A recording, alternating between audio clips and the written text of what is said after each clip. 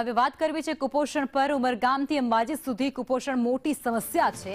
આદિવાસી પટ્ટામાં કુપોષિત બાળકોની સંખ્યા 20 થી 30% છે।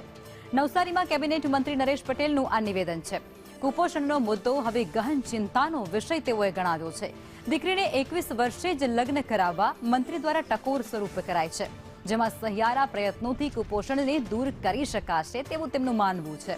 વલસાડ જિલ્લામાં 18,000 બાળકો કુપોષિત હોવાનો એક આંકડો પણ નરેશ પટેલ દ્વારા વ્યક્ત કરવામાં આવ્યો છે।